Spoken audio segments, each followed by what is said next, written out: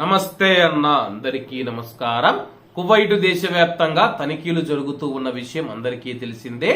Airport ద్వారా కానీ, లేకపోతే రోడ్డు మార్గం ద్వారా కానీ, అలాగే జల మార్గం ద్వారా ఏవైనా వస్తువులు వచ్చినా సరే, ఎవరైనా వ్యక్తులు వస్తూ ఉన్నా సరే అధికారులు క్షుణ్ణంగా తనిఖీలు చేస్తూ ఉన్నారు. ఇటీవల మనం చూసుకుంటే తాజాగా చైనా నుంచి కొన్ని జంతువులకు సంబంధించిన ఆహార ప్యాకెట్లు, ఆహారపు సంచులు వచ్చాయని చెప్పేసి అధికారులు తెలియజేశారు.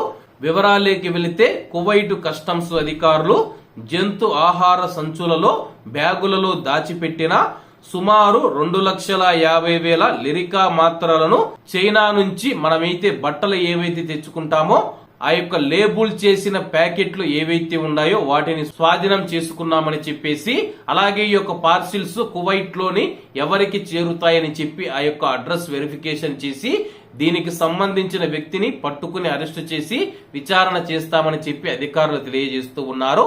చైనా నుంచి మనం చూసుకుంటే ఒక షిప్ లో అయితే ఈ యొక్క వస్తువులు అయితే రావడం జరిగింది.